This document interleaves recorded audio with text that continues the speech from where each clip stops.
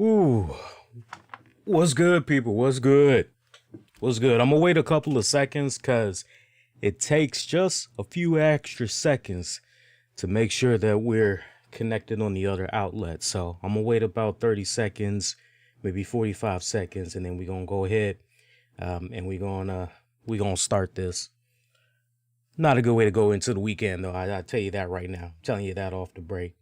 All right, look like we're waiting on one more outlet to connect to, and then we'll go ahead and we'll start here. Just want to make sure we sync up with all the outlets that we're streaming live right now. Let's see here. Yeah, we're waiting on one more outlet, y'all. One more outlet, and we should be. All right, there it is. We're good. We're good. All right, so I'm gonna go ahead and I'm gonna start. First of all, welcome. Lee Sanders here from the RCWR show, covering all things wrestling, entertainment, and beyond. Been doing this since 2011. Unfortunately, I'm in this position, and this one definitely hits close to home on a lot of personal levels. It hits close to home. But unfortunately, I'm here reacting to the news officially of rapper DMX dead at age 50. I would like to be here and say I find this shocking. I really would like to be here and say that. Really. Like, wow, this is just so left field. Did not see this coming. I so wish I could be here and I could say that. But this young brother, real name, Earl Simmons, brother been battling some demons for a long time. This brother been battling demons for a couple of decades now. All right, so let's backtrack a little bit, try to help y'all make sense out of all this that went down. In case you don't know, I got to tell you, the way I found out about the news was most unflattering. I actually woke up for the day not too long ago. As my listeners of the show know, I've pretty much been in the middle of WrestleMania coverage for you wrestling fans. So, been resting up. I actually am not even supposed to be on the air until later tonight, covering night 5 of Mania coverage. But the way I find out, I told my girl right before I went to bed, because I pulled an all-nighter, I said, do me a favor, wake me up around 1:30 in the afternoon. I got a paper I got to finish touching up, and, we could run some errands. She was trying to have me design some cards and stuff for her on Vistaprint or whatever. And she's like, yeah, cool, no problem. I wake up probably a few minutes before 2, so I kind of overshot it a little bit. First thing I always do, I always grab my phone and I just hop on the social media feed, see what's going on and everything. And one of the first things I see is the hashtag DMX. I go, oh, this ain't good. This can't be good. Sure enough, I stopped right there. Sure enough, I went on ahead. I did a official Bing Google search. When in doubt, you trying to make sure nobody is spreading some false bullshit, you go on the Bing, you go on the Google, and you make sure shit's on point. Shit's on point. It's fucking official. DMX dead at 50. You're like, fuck, come on, man. Seriously, come on. All right, so last weekend, I know we're getting ready to go into this weekend, but we got to rewind it. It was last weekend that rapper DMX had got admitted to the hospital. He got admitted to the hospital because of a drug overdose. And his condition at the time, it was described as, this dude's in grave condition. So he had been in the hospital since then. Doctors pretty much did all they could. He was on a ventilation system, and for those that might be a little bit younger and, you don't really know what's going on with those ventilation systems. When our bodies suffer such when our bodies experience such a extreme shock to the entire system, where the lungs on its own naturally, you're just breathing in and out. When that is compromised and one cannot breathe in and out on their own, or it could be a case where, all right, there's really not enough oxygen going into this person's body, then a ventilation system is used, and it pretty much gives them, that necessary air that they need and everything. So in this particular case for DMX, he wasn't breathing on his own. So you hear that, you go, but it's still early, right? You're going, it's still early. Let's just wait it out. Let's see what's going to happen here. And as I told you guys on Monday, I was here on the show, and this ain't no case of, and I told you so. I get no jollies off. I'm not happy. I'm totally fucking sad. And again, this connects to me on so many personal levels, on so many personal levels. I told you guys though on Monday, because by then, the reports were floating around that he was what was being described as in a vegetative state. And I told you guys, normally when somebody is in a vegetative state, there's like one last round of tests that's done to try to see if there's some type of life in there, some type of signs that maybe that person's gonna kick out of that vegetative state.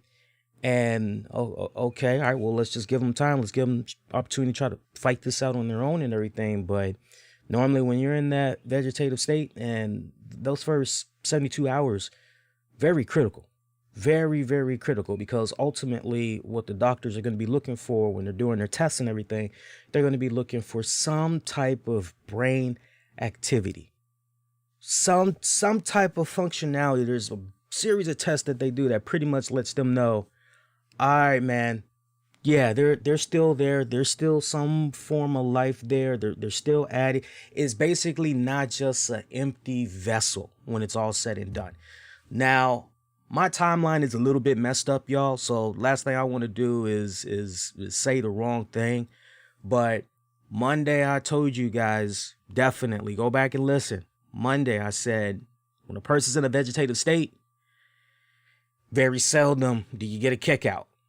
And I kind of tried to prepare you all then, but I wasn't quite ready, because I was hoping there was just that little thing called hope, where somebody heaven above or some type of divine intervention would step in, help a boy out again, help him kick out. Didn't come to be. So by, seems like Tuesday going into Wednesday, you started hearing about how the family, first off, family responding to reports. You had people left and right that were trying to immaturely get some clickbait shit and all that. Oh, he's dead. And, they're trying to run with that. And I can only imagine what that was putting that poor family through. They're denying the statements left and right. No, Earl is still with us. We haven't done anything yet. People reporting this. That's media in 2021, y'all. Who'd have thunk it, right? But you start hearing Tuesday going into Wednesday that there was going to be those brain activity tests going on, trying to figure out, okay, what exactly is going on? Is there signs of life? And obviously there was not, as we're at this point where we are now, where he's no longer with us. It's rough. It's fucking rough on so many levels. And let me just expand upon that thought a little bit more. And I kind of want to follow up to what I had said on Monday. And I can only imagine how many people are going to be backtracking to the infamous Ayana Fix My Life review that I did of DMX. Because no bullshit, way before he even passed, I was just a little bit curious, and I didn't even have to go that far on the back end of YouTube. But I was already starting to see traffic on that particular episode. And for those that did not check out that review, I want you all to just keep in mind the time frame when that review was done, circumstances surrounding it, You know, I say that because you'd be surprised. You get a lot of people that they react to something in their respected real time. And obviously, there's going to be a lot of people that's going to be laced with a lot of emotions, but you kind of have to try to remember the time frame, the whole context, everything, and when that came out, and just, okay, we're talking about from this time period, and just kind of go from there, react from that standpoint. Rather, you know, some that easier said than done, but some people, you know, they lose focus of that. Following up what I said on Monday, I said, you know, it could possibly be DMX's time. You know, let's not beat around the bush.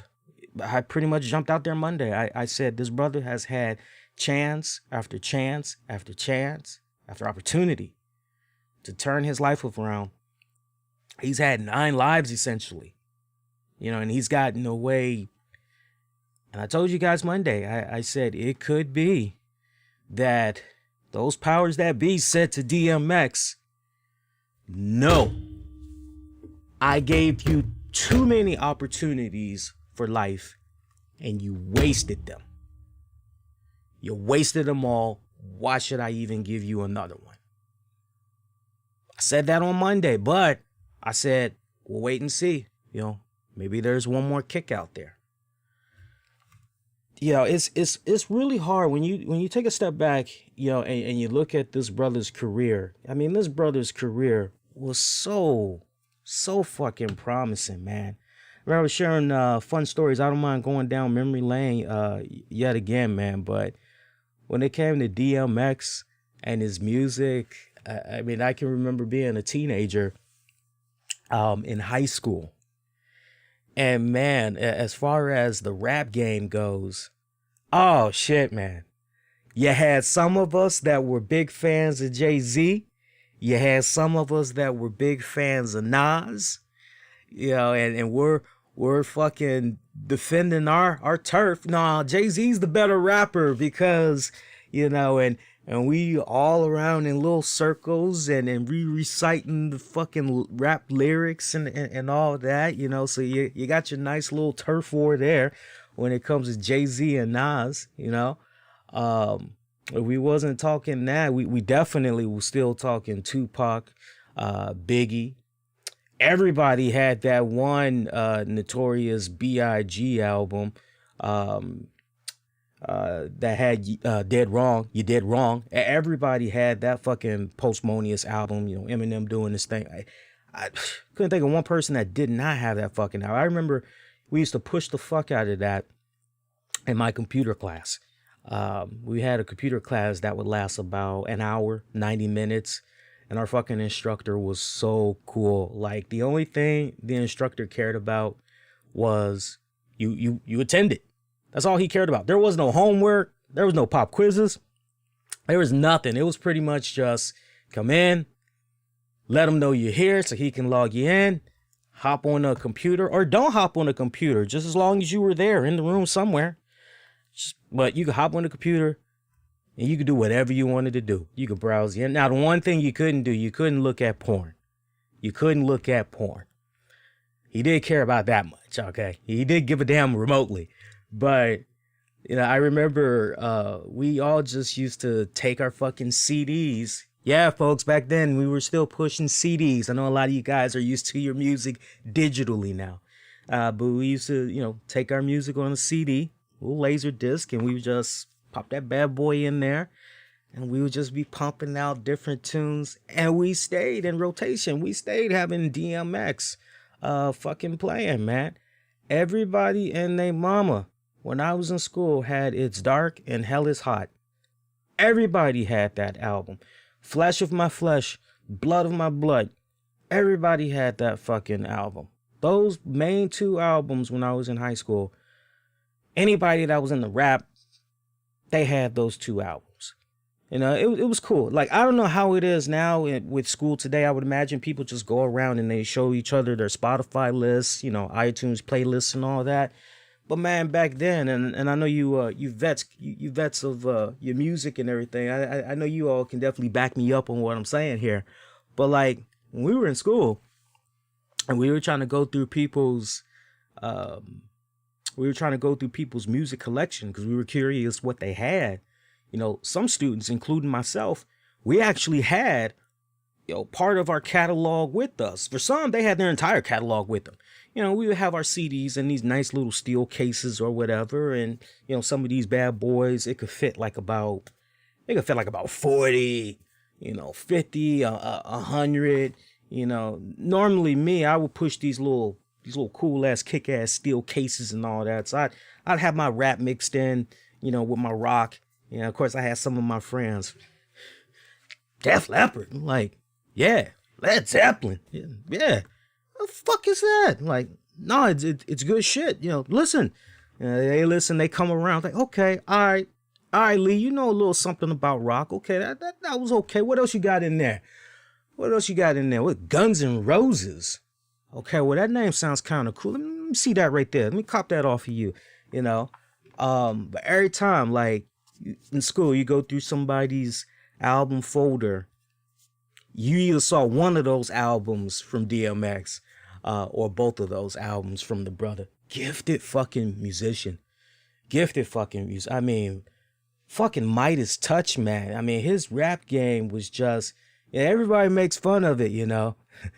When you a dog, you gotta eat. When you a dog, you gotta watch out, because other dogs, they got teeth.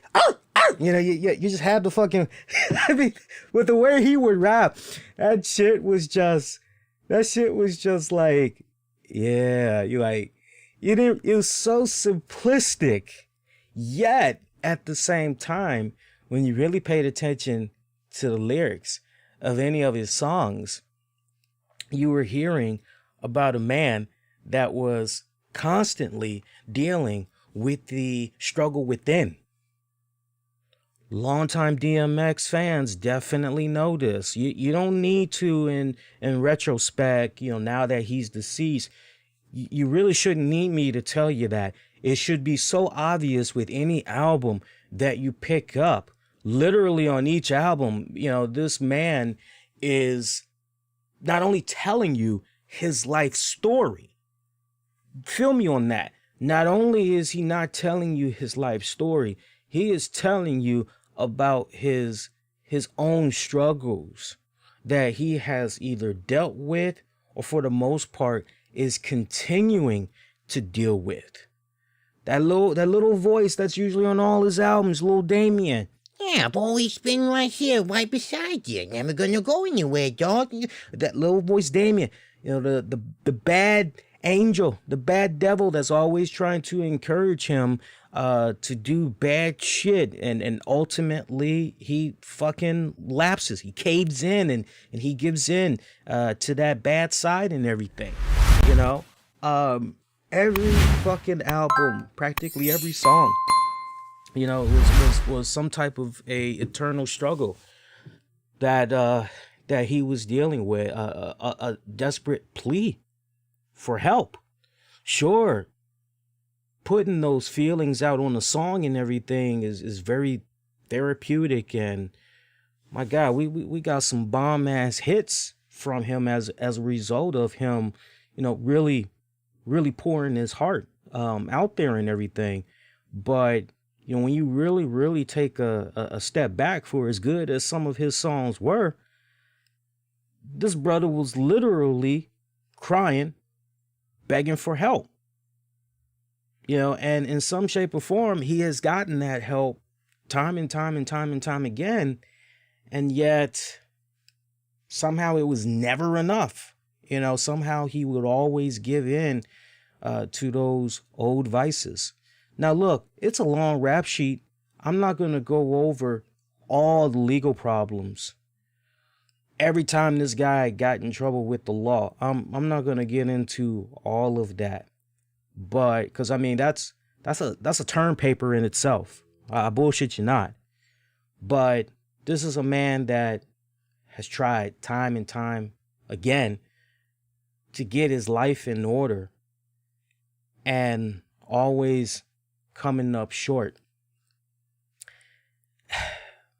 It's a stark and sad reminder about how drugs, alcohol affects us individually And, it just also really puts the spotlight on, and I can't stress this enough.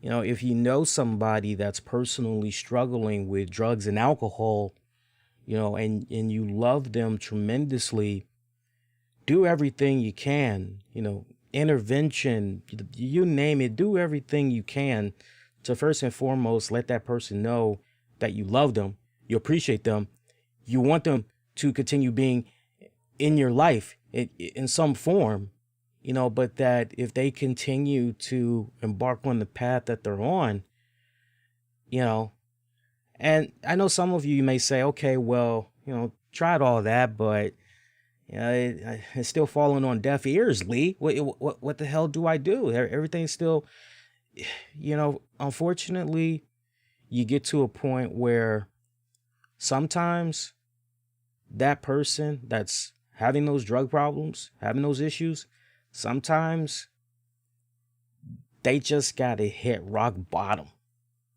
Sometimes they just gotta fucking fall flat on their fucking face, and they gotta learn the hard way. You got some people that go through life, they don't need to go fall flat on their fucking face. You legit got some people that, okay, I see what's going on here. If I stay on this path, let me go ahead and switch this game up, because I continue down this road, there's going to be some serious consequences. I ain't trying to have nothing to do with that.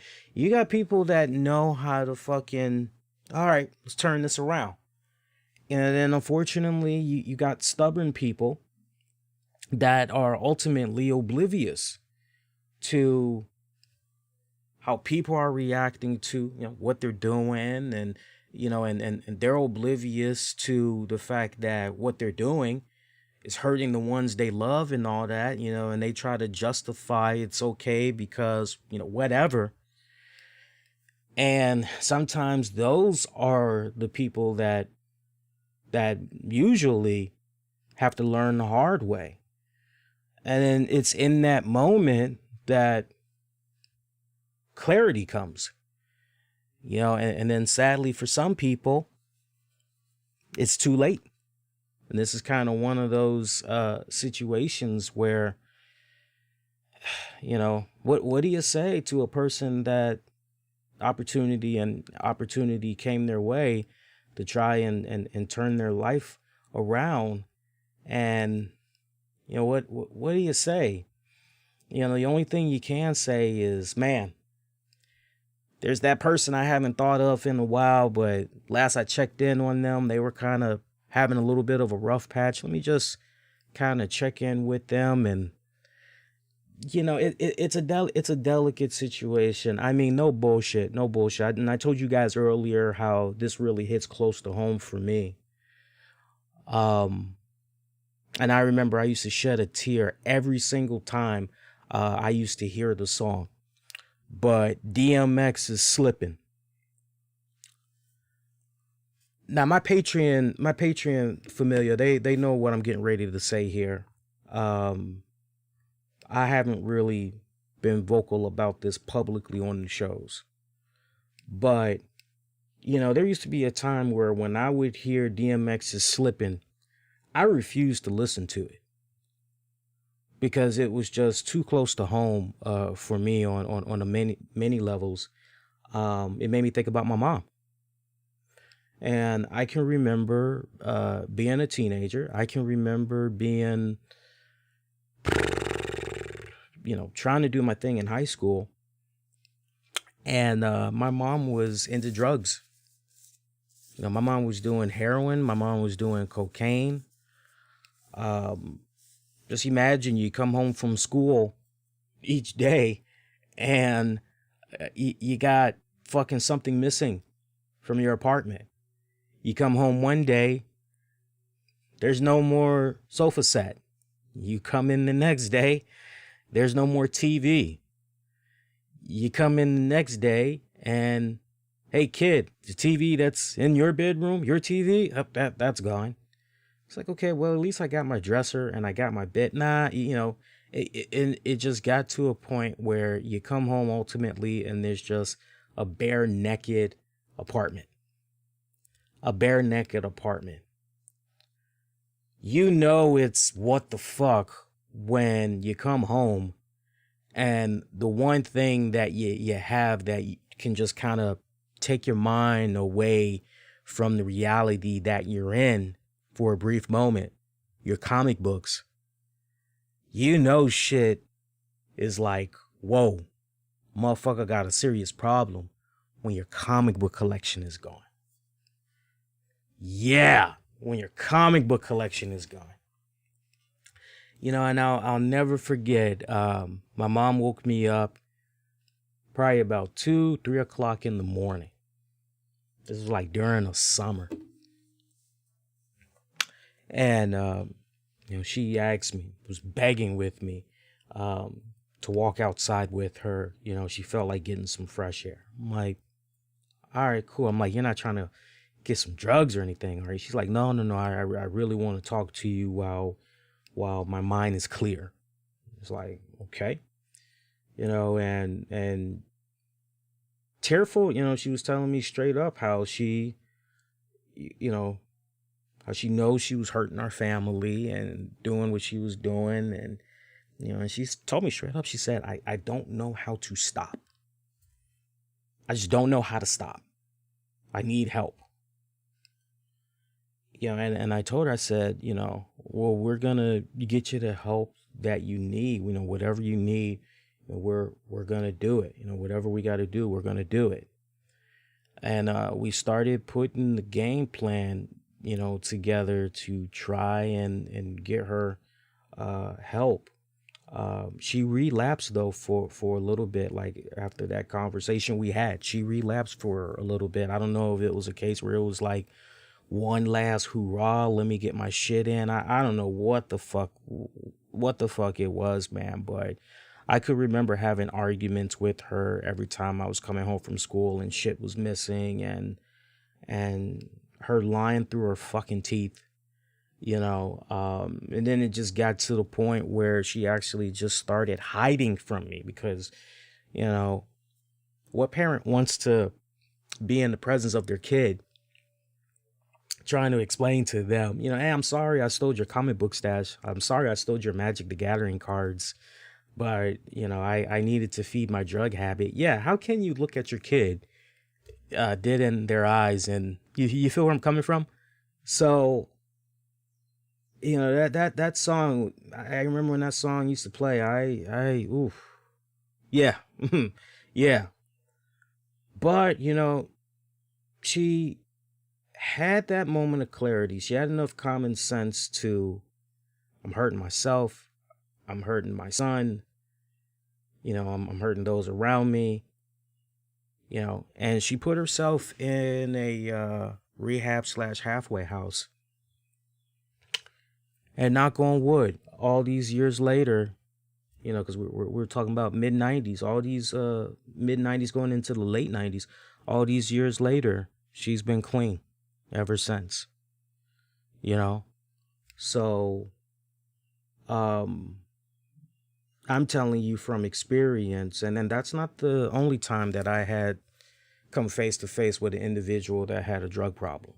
You know, there's been many instances where I've dealt with a loved one. Hell, I dated someone that had a serious drug problem. I thought for sure by me, you know, trying to be their white knight, help them stay the course, I thought I could save them. And ultimately, I had to learn that, you know, their handicap was a detriment to me, and it was bringing me down. Even though I wasn't doing this shit, it was bringing me down right along with them. I had a difficult decision to make. It's either me or them.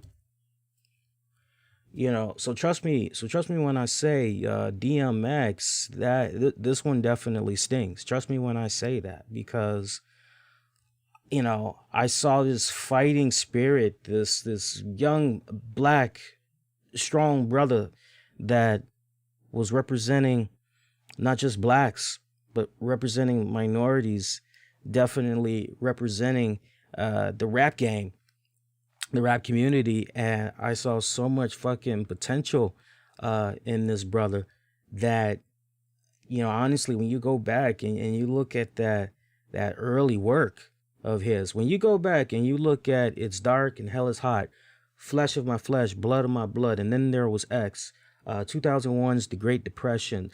You could even maybe put Grand Champ in there as well from 2003. When you look at those first handful of albums, you just saw so much potential. This brother wasn't even reaching the pinnacle of his rap career yet. He wasn't. And when you see what he was doing as an actor, I mean, this guy, I mean, come on, man. Who the fuck did not watch Belly or Romeo Must Die or Exit Wounds? I mean, brother showed some serious acting chops, man. He showed some serious acting chops to the point you like, okay, you know what? Other than Tupac, yeah, this brother actually might have something here. He actually might be okay. Let's see what's going on here. Um, but man, Never Die Alone. That was another good one. Never Die Alone. Um, it's very sad. It's very very sad. I'm heartbroken, particularly for the family, particularly his kids. His kids are the ones that I really really feel for the most. Especially when you go back and you look at Ayana Fix My Life. He was trying very hard while cleaning himself up and everything. He was trying very hard to want to reestablish a connection with his kids, particularly with, I don't know how many sons he has, but I remember during that episode, there was a serious fractured relationship with his son. And he was trying to, patch things up, but the son just did not want to have anything to do with him. And, it's understandable. Look, I totally got it. I understood exactly where that kid was coming from, because that honestly was a point where I was at as well. Definitely where I was at as well. And bear with me a second here. I want to just get that out the way. But he tried. He tried to kill those demons.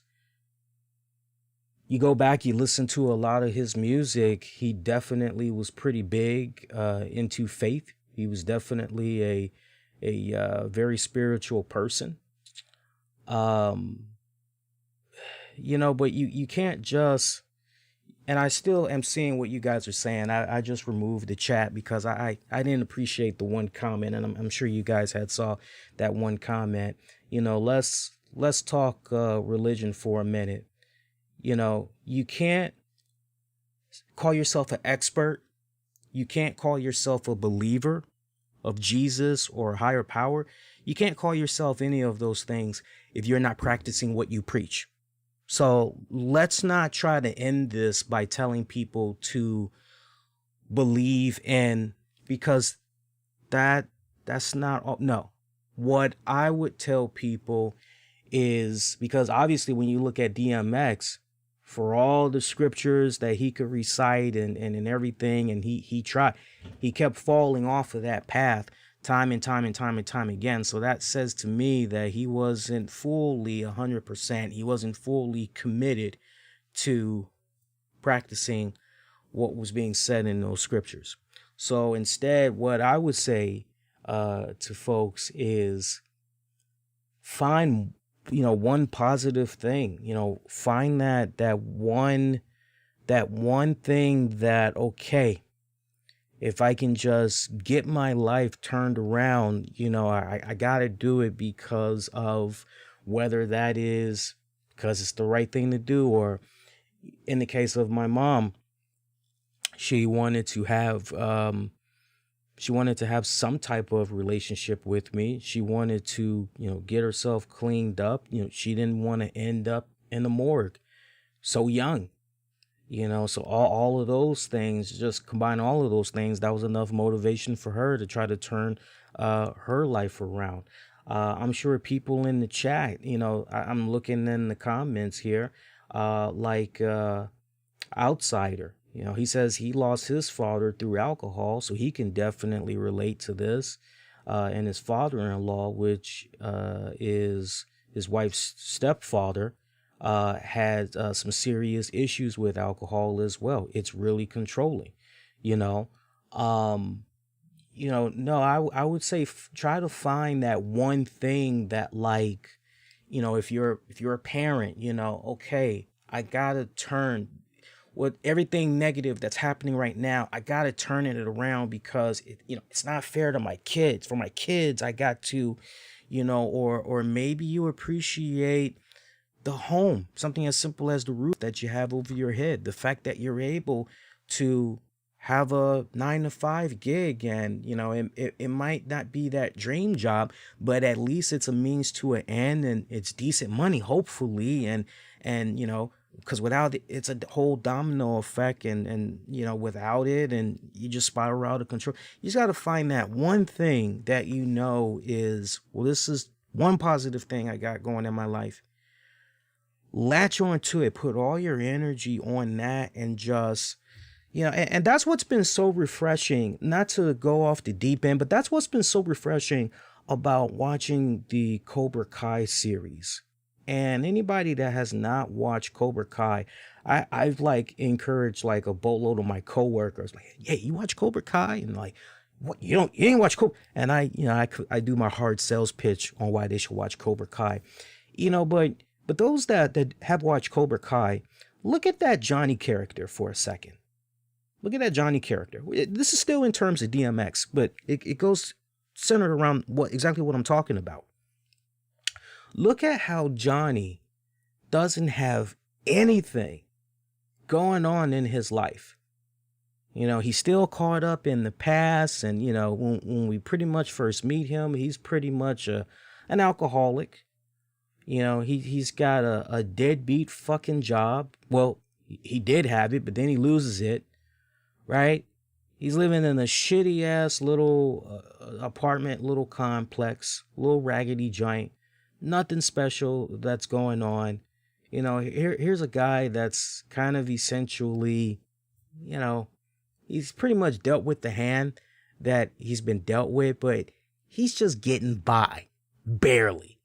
You could almost say it's the equivalent of, you technically have given up on life.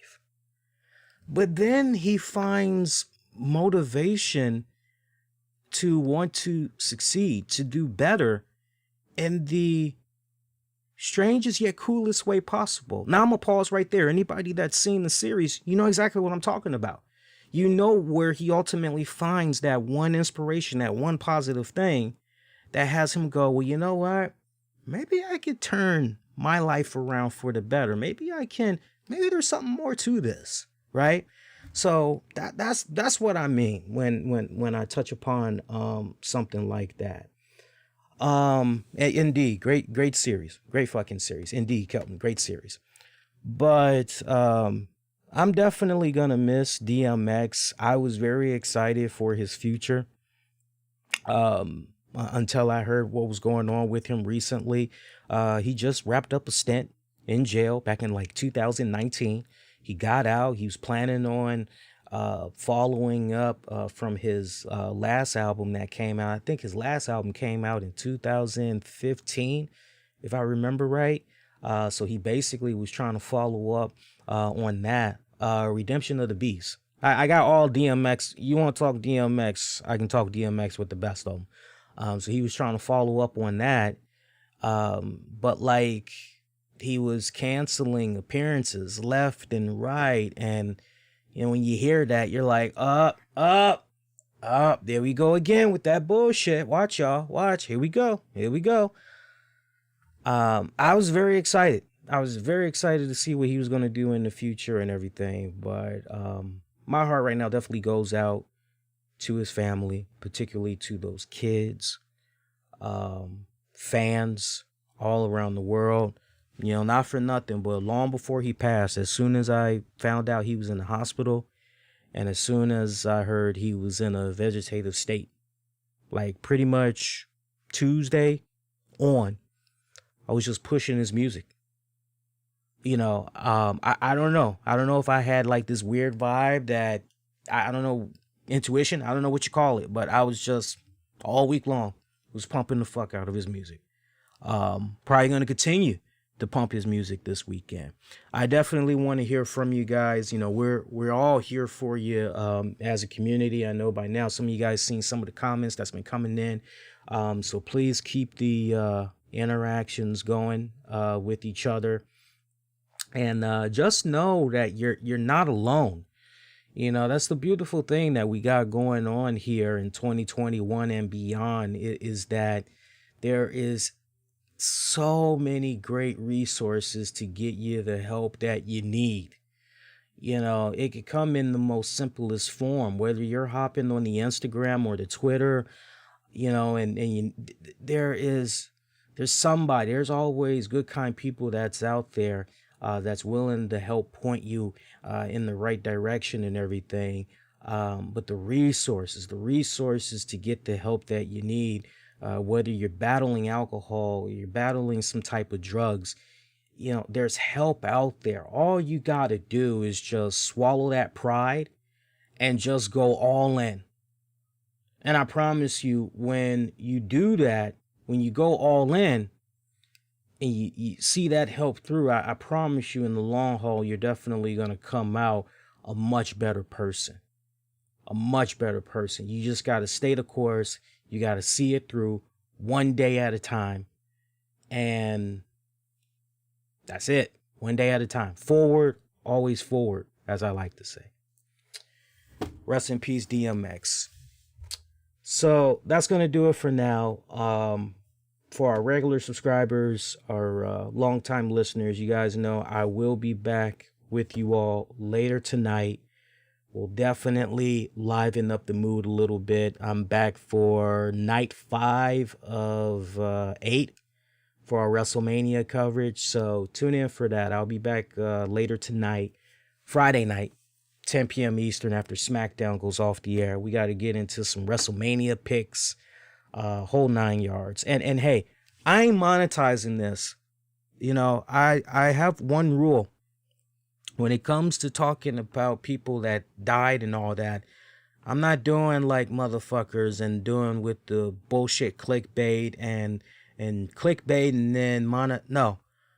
Whenever I have talked about somebody that has passed, I pride myself on just no. This is just, we're all coping. I'm not profiting off of the dead. Fuck that. No. That's my one code. So I'm not doing that.